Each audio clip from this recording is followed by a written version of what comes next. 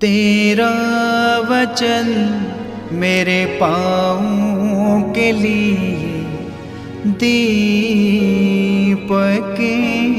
है और मेरे मार्ग का उजियाला है। तेरा वचन मेरे पाँव के लिए दीपक है। ख्रिस्त में मेरे प्यारे भाइयों और बहनों, प्रभु यीशु मसीह के मीठे और मधुर नाम में आप सभी को जय यीशु। आइए हम लोग आज प्रभु के पवित्र वचन पर मनन चिंतन करेंगे, क्योंकि आज समस्त संसार में ज़्यादातर लोग ख्रिस्त को अपने जीवन का मालिक तो बनाते हैं, अपने घर, अपने परिवार का, अपने हर हालात, हर परिस्थिति का मालिक तो बनाते हैं, परंतु जब उनके जीवन में विकट परिस्थितियां आती है, जब समस्याएं उनको घेरती हैं, जब नकारात्मक बातें उनके मन में कार्य करने लगती हैं, तो ऐसे पल में उनका भरोसा, उनका विश्वास ईश्वर पर से उठने लगता है। वह अपने समस्याओं में दब करके उलझे हुए रहते हैं। मेरे भाइयों और बहनों, जिंदगी के ऐसे हालात, ऐसे परिस्थितियों में हमें प्रभु से प्रार्थना करना है। और याद रखना, हमारे जीवन में जब सही प्रार्थना न रहेगी, हम सही, जिस प्रकार एक ताले के लिए सही चाबी का इस्तेमाल ना किया जाए तो वह ताला खुल नहीं सकता, ठीक उसी प्रकार हम अपनी समस्या के लिए जब तक सही ढंग से प्रार्थना ना करें, हमारी प्रार्थना की सुनवाई नहीं होगी, हमारे प्रार्थना का उत्तर हमें नहीं मिलता है। इसलिए हम लोग देखते हैं हमारे जीवन में, याद रखना, आज जब आप प्रभु के वचन को सुन रहे हैं या प्रभु के वचन को अपने जीवन में अध्ययन कर रहे हैं, तो इस बात के लिए हमारे अंदर में पूर्ण रूप से पुष्टि होनी चाहिए कि जो वचन आज हम पढ़ेंगे या सुनेंगे या जिस पर हम मनन चिंतन करेंगे, वह वचन आज हमारे और आपके ज़िंदगी में कार्य करेगा। और आप देखेंगे आने वाले दिनों में प्रभु का वो वचन आपके जीवन में भरपूरी से कार्य करेगा।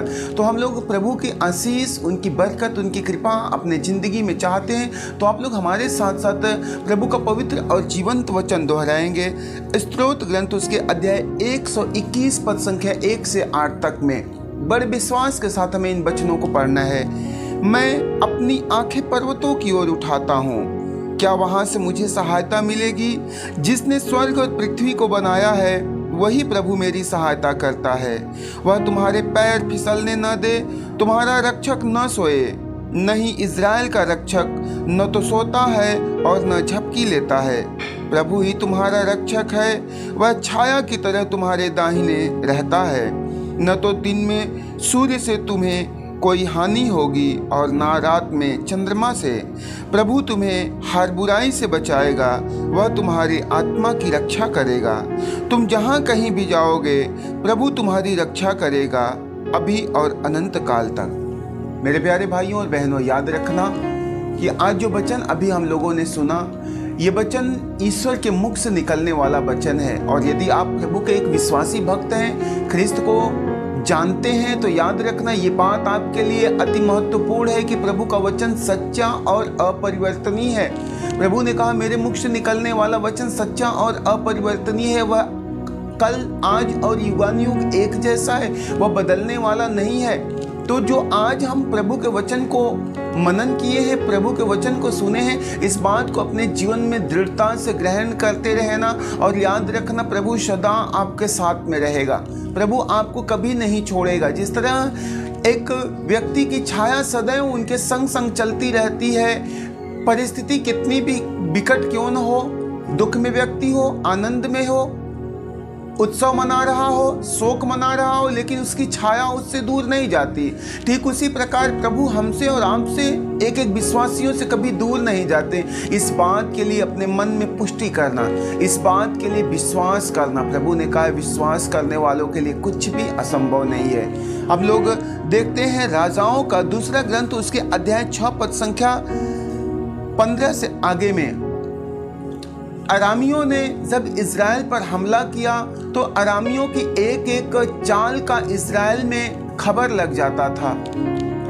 अरामी क्या करने वाले थे, वे सब के सब खबर इज़राइल में लग जाता था। तो अरामी राजा मन में बड़ी वेदना में होता है, बड़े दुख में होता है। वह बड़े चिंतित होता है कि आखिर में हम जो कुछ करने वाले हैं वह इजरायलियों को कैसे पता चल जा रहा है, कैसे वे अपने जीवन में सुरक्षा पा लेते हैं, कैसे समस्याओं से बच जाते हैं। मेरे भाइयों और बहनों, वह अपने लोगों में बात विचार करते हैं, विमर्श करते हैं, सलाह लेते हैं कि आखिर में क्या ऐसा कारण है कि हमारे एक एक चाल का पता इजरायलियों को चल जा रहा है। तो एक व्यक्ति कहता है कि महाराज, इजरायलियों में एक नबी एलीसा है जो आपके या हमारे सभा में जो कुछ होता है या आप अपने शयन कक्ष में जो कुछ भी कहते हैं वह सब कुछ उन्हें पता चलता है और वह इजरायलियों को बता देते हैं। और यही कारण है कि वह सदैव अपनी रखवाली करते हैं, वह अपनी सुरक्षा के लिए प्रबंध करते हैं। मेरे भाइयों और बहनों, इस पर एक दास अपने मन में बड़ा व्यथित होता है। तो इस एलीसा उससे कहते हैं कि ईश्वर तुम्हारी दृष्टि खोले ताकि तुम देख सको। वह बड़ा चिंतित होता है कि अरामी अब हम सबको नाश और बर्बाद कर देंगे। लेकिन एलीसा कहते हैं कि चिंता मत करो, चिंता मत करो, जो हमारी ओर है वह उनसे कहीं अधिक है, जो हमारे साथ है वह उनसे कहीं अधिक संख्या में, कहीं अधिक सामर्थ्य है। और वह एलीसा ईश्वर से प्रार्थना करते हैं, हे ईश्वर तू इसकी आंखों को खोल दे ताकि यह सच्चाई को देखने पाए, सच्चाई को जानने पाए। और ईश्वर उसकी आंखों को खोलता है और वह व्यक्ति देखता क्या है कि नगर के चारों तरफ अग्निमय घोड़े और रथ पर सवार सैनिक पूरे नगर की रखवाली करते हैं। मेरे भाइयों और बहनों, आज आपके जिंदगी में भी बहुत सारी ऐसी परिस्थितियां होंगी, आपके हालात में भी उथल पुथल होगा। हो सकता है आपकी फाइनेंशियल लाइफ बेकार हो, आपकी पारिवारिक जिंदगी अस्त व्यस्त चल रही हो, आप एक रोगी की जिंदगी जी रहे हो, या आप अनायास के कोर्ट कचहरी मुकदमे के चक्कर में फंसे पड़े हो, आप निसंतान हैं, या आपका वैवाहिक जीवन सही से नहीं चल पा रहा है, आपकी सामाजिक जिंदगी अच्छे से नहीं चल पा रही। बहुत ऐसी बात हो सकती है जिसमें आप उथल पुथल में चल रहे हो, आप समस्याओं में पड़े हो, कसमकस में जिंदगी जी रहे हो, कोई मार्ग नहीं सूझता, कोई उपाय नहीं सूझता है। ऐसे पल, ऐसे परिस्थिति में प्रभु का पवित्र और जीवंत वचन कहता है कि विश्वास करने वालों के लिए कुछ भी असंभव नहीं है। और आप अपने जीवन में अपनी समस्या से घबराना मत, अपने परेशानियों से घबराना मत। प्रभु ने कहा हुआ है कि हृदय से पुकारने वाले की आवाज शीघ्र ही सुनी जाती है। तो जब आप अपने परिस्थितियों में उठते हैं, अपने परिस्थितियों में घुटने पर आते हैं, स्वर्गीय पिता की ओर अपनी बाहें फैलाते हैं और उनसे दुआ और प्रार्थना करते हैं, प्रभु का वचन कहता है कि हृदय से पुकारने वाले की आवाज पर्वतों को पार करते हुए, बादलों को चीरते हुए स्वर्ग में मेरे कानों तक पहुंचती है। और वही प्रभु कहता है कि मेरे हाथ छोटे नहीं और मेरा कान बहरा नहीं है, जिससे कि मैं एक पुकारने वाले की आवाज को सुन करके उसकी सहायता या मदद ना कर सकूं। तो मेरे भाइयों और बहनों, जब आज आप प्रभु के वचन को सुन रहे हो, याद रखना आपकी बीमारी तब तक आप पर हावी होगी, आपकी गरीबी तब तक आप पर हावी होगी, आपकी समस्याएं तब तक आपको दबा करके रखेगी, आपका पारिवारिक जिंदगी तब तक बिगड़ा रहेगा, आपके जीवन से आनंद खुशियां तब तक दूर रहेगी जब तक आप घुटने पर नहीं आते हो। जब आप ईश्वर के सामने घुटने पर आ करके और आंसू बहा करके उस ईश्वर की ओर अपनी बाहें फैला करके उनसे दुआ और प्रार्थना करते हैं, याद रखना उसी घड़ी से आपके लिए जीत का मार्ग, आपके लिए छुटकारे का मार्ग खुल जाता है और आपको पूर्ण रूप से ईश्वर की बरकत, उनकी आशीष मिलती है। तो मेरे भाइयों और बहनों, आज जब आप प्रभु के वचन को सुन रहे हैं, ईश्वर के वचन को सुन रहे हैं, तो अपने जिंदगी में किसी भी चीज से हमें निराश या उदास होने की जरूरत नहीं, हमें घबराने की जरूरत नहीं है, क्योंकि हमारा प्रभु, हमारा ईश्वर सर्वोच्च और सर्वशक्तिमान है। वे सारे सृष्टि के रचनाकार हैं, सब कुछ को बनाने वाले हैं। हमारे जीवन में ऐसी कोई चीज नहीं है जो हमारे प्रभु के बस में ना हो। हम लोग याद रखें, समस्या कभी बड़ी नहीं हो सकती हमारे ईश्वर से, क्योंकि हमारा प्रभु सब कुछ पर जीत पा चुका है। हमारे प्रभु ने मौत पर जीत पाई हुई है। तो जब आपके जीवन में समस्या हो, जब आपके जिंदगी में परेशानी हो, आपके जीवन में दुख और तकलीफ हो, तो ऐसे पल में उन दुखों और परेशानियों से डट करके सामना करना और उससे कहना कि ऐ परेशानी, तू मेरा कुछ भी नहीं बिगाड़ सकता, मेरा कुछ भी नहीं कर सकती, क्योंकि मेरे साथ मेरा ईश्वर है, मेरा रक्षक है, जो छाया की तरह सदैव हमारे साथ रहता है। वह मुझे कभी भी अकेला और तन्हा नहीं छोड़ता।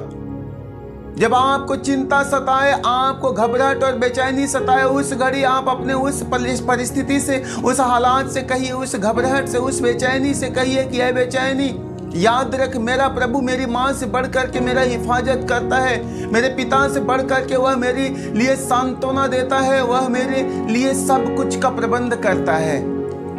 जब हम अपने जीवन में उस प्रभु से प्रार्थना करते हैं, जब आप अपने जिंदगी में ईश्वर से प्रार्थना करते हैं, मेरे भाइयों और बहनों, प्रार्थना में सामर्थ्य है आपके हालात को बदलने की, आपके परिस्थिति को बदलने की। इसलिए कभी टूटने की ज़रूरत नहीं है, कभी घबराने की ज़रूरत नहीं है। एक बात अपने मन में सदा याद रखना, प्रभु ने कहा है कि क्या एक माँ अपने दूध पीते बच्चे को भुला सकती है? क्या वह अपने गोद के बच्चे पर तरस नहीं खाएगी? हो सकता है एक माँ अपने दूध पीते बच्चे को भूल जाए और अपने गोद के बच्चे पे तरस ना खाए, लेकिन प्रभु का वचन कहता है कि मैं तुम्हें कभी नहीं भूलूंगा, मैं तुम्हें कभी नहीं छोड़ूंगा, मैं सदा सर्वदा तुम्हारे साथ रहूंगा। तो जो प्रभु हमारे माँ से बढ़ करके हमारे देखभाल करता है, हमारे माँ से बढ़ करके हमें प्रेम करता है, वह किस बात में हमें दुखी छोड़ेगा, वह किस बात में हमें परेशानी में डालेगा। मेरे भाइयों और बहनों, आवश्यकता है हमें उस प्रभु से प्रार्थना करने की, आवश्यकता है आपको उस ईश्वर से प्रार्थना करने की। और देखना, आपकी परिस्थिति आपके ज़िंदगी में ज़्यादा दिन कार्य नहीं करने पाएगी। आपकी परिस्थिति ईश्वर के कृपा से बदलने वाली है, आपके हालात बदलने वाले, आपकी ज़िंदगी बदलने वाली है।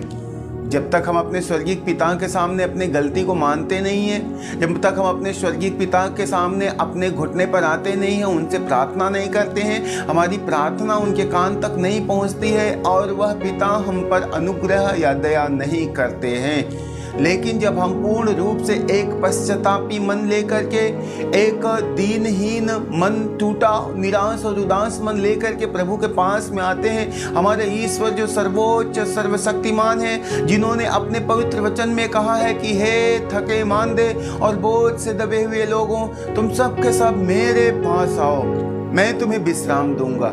मेरे भाइयों और बहनों, आप अपने ज़िंदगी के बोझ को थकते थकते ढोते ढोते थक और हार गए हैं। आप अपने बोझ को लेकर के चलते चलते निराश और उदास हो चुके हैं। ऐसे में हमारा प्रभु आपसे कहता है कि तुम मेरे पास आओ, मैं तुम्हें विश्राम दूंगा, मैं तुम्हें शांति दूंगा, मैं तुम्हें आराम दूंगा, मैं तुम्हारे दुख को आनंद में बदल दूंगा, मैं तुम्हारी समस्याओं को पूर्ण रूप से समाधान कर दूंगा।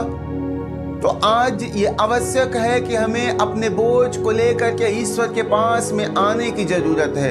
अपने बोझ को हमें स्वयं ढोने की ज़रूरत नहीं है, क्योंकि हम अपने बोझ को ढोने में असमर्थ ही हैं। लेकिन जब हम अपने पिता से प्रार्थना करते हैं, जब हम अपने ईश्वर से प्रार्थना करते हैं, हमारा प्रभु हमें और आपको वह बल प्रदान करता है, वह सामर्थ्य प्रदान करता है कि हमारा बोझ जो अब तक हमें दबा करके हमें कमज़ोर कर रहा था, हमें नष्ट कर रहा था, हमें बर्बाद कर रहा था, लेकिन जब प्रभु की कृपा हम पर आई, उनकी सामर्थ्य हम पर उतरा, अब हमारा वह बोझ मानो हमारे लिए सहज बन जाता है, वह बोझ हमारे लिए हल्का बन जाता है।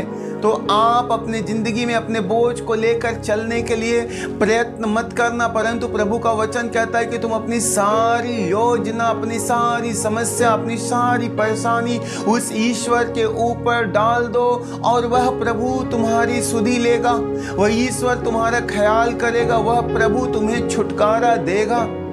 तो जब आप प्रभु के वचन को सुन रहे हो तो उसका पालन करते रहना, क्योंकि प्रभु का वचन कहता है कि तुम वचन के श्रोता ही मत बनना, तुम उसके पालन करता बनना, क्योंकि कर्म के अभाव में विश्वास निर्जीव है। यदि कर्म ना हो तो विश्वास व्यर्थ है, बेकार है।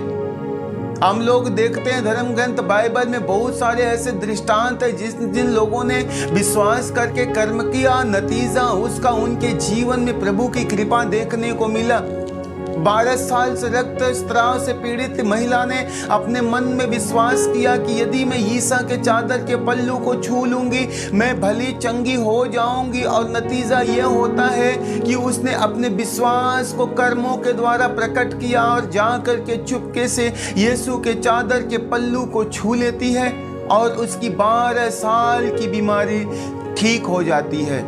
38 साल का रोगी ईसा से प्रार्थना करता है, आप मुझे चाहे तो मुझे शुद्ध कर सकते हैं। और यीशु कहते मैं यही तो चाहता हूं कि तुम शुद्ध हो जाओ। और नतीजा उसकी 38 साल की बीमारी जाती रही, वह पूर्ण रूप से स्वस्थ और भला चंगा हो गया। मेरे भाइयों और बहनों, हम लोग पढ़ते हैं जैरूस की बेटी के विषय में जो कि मरी पड़ी थी, लेकिन जब प्रभु ने उन्हें वह प्रभु के पास में विश्वास के साथ में जाते हैं और नतीजा होता है कि प्रभु उसकी बेटी को पुनर्जीवन प्रदान करते हैं। ठीक उसी प्रकार हम हो, आप हो, संसार का कोई भी व्यक्ति हो, आप अपने घर में बैठ करके सिर्फ विश्वास करने से कृपा नहीं मिल जाता। जिस प्रकार एक व्यक्ति यदि बेरोजगार है और रोजगार की तलाश में है और वह अपने घर में बैठ करके रोजगार खोजता रहे, उसे रोजगार नहीं मिलेगा। एक बीमार व्यक्ति है, वह अपने घर में बैठ करके अपनी बीमारी की चंगाई खोजता रहेगा, उसे चंगाई नहीं मिलेगी। उसे चंगाई चाहिए तो उसे घर से निकलना पड़ेगा और उसे उपचार कराने के लिए चिकित्सक के पास तक जाना ही पड़ेगा, तब कहीं जा करके उसके लिए इलाज संभव है। ठीक उसी प्रकार आप विश्वास करते हो, लेकिन विश्वास के अनुसार यदि कर्म नहीं होता है तो विश्वास निर्जीव है, उसका कोई फल देखने को नहीं मिलेगा, उसका परिणाम देखने को नहीं मिलेगा।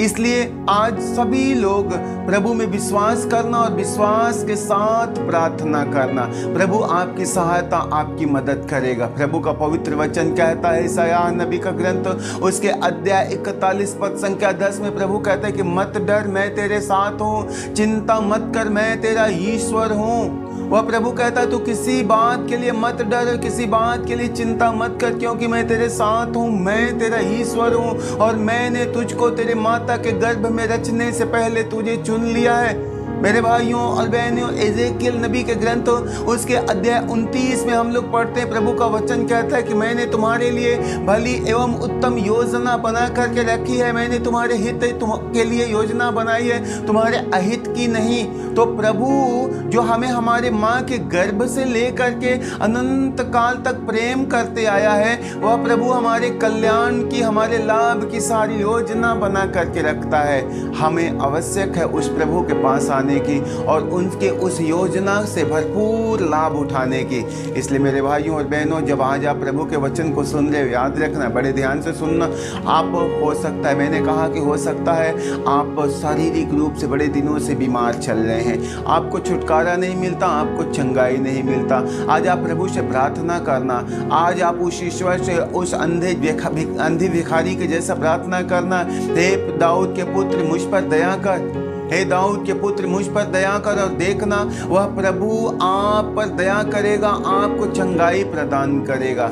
हो सकता है कि आप अनायास के कोर्ट कचहरी के चक्कर में फंसे पड़े हो, लेकिन आज आप उस विधवा के जैसा प्रभु से गुहार लगाना, हे प्रभु आप मेरे मुद्दई के प्रति मेरा न्याय कर, आप मेरे मुद्दई के प्रति मेरा न्याय कर, और देखना आने वाले दिनों में परमेश्वर आपके लिए न्याय का प्रबंध करेगा।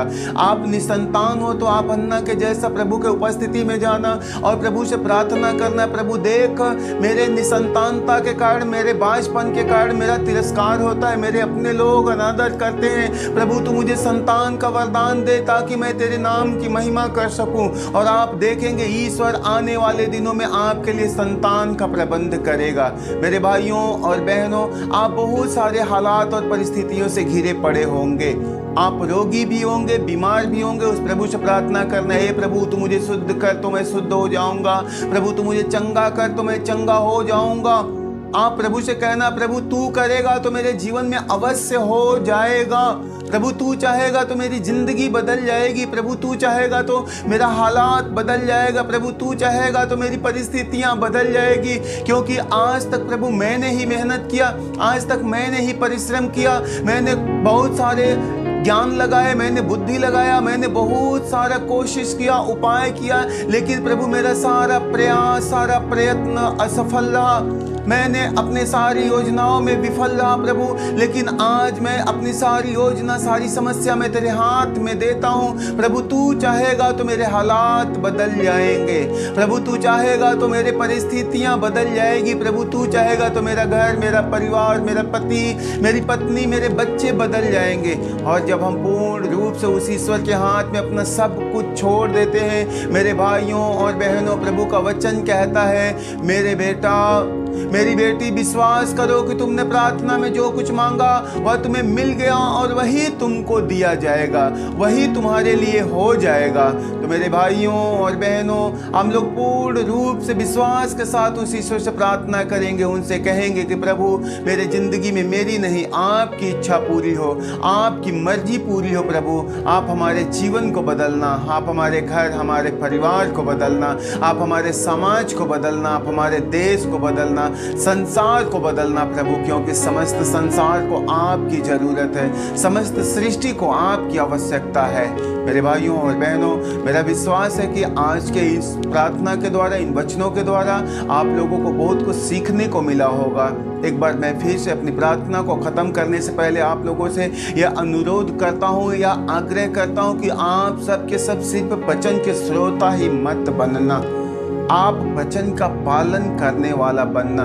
क्योंकि प्रभु ने बार बार अपने वचन में कहा हुआ है कि जो मेरे वचन को सुनता, उस पर चलता, वह समझदार मनुष्य की नहीं है। प्रभु ने कहा, जो मेरे वाणी को सुनता है वह उस जल स्रोत के किनारे लगाए हुए उस वृक्ष के समान है, जिसके पत्ते कभी मुरझाते नहीं, वह वर्ष भर हरा भरा रहता है। प्रभु का वचन कहता है, जो मेरे वचन को सुनता है और चलता है वही व्यक्ति उस समझदार के जैसा है जो अपने मकान की नींव चट्टान पर डालता है।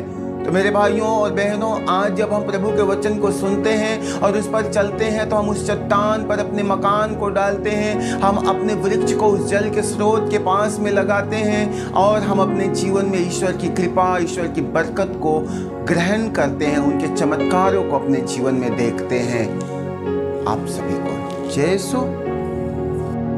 तेरा वचन मेरे पाँवों के लिए दीपक है और मेरे मार्ग का उजियाला है। तेरा वचन मेरे पाँवों के लिए दीपक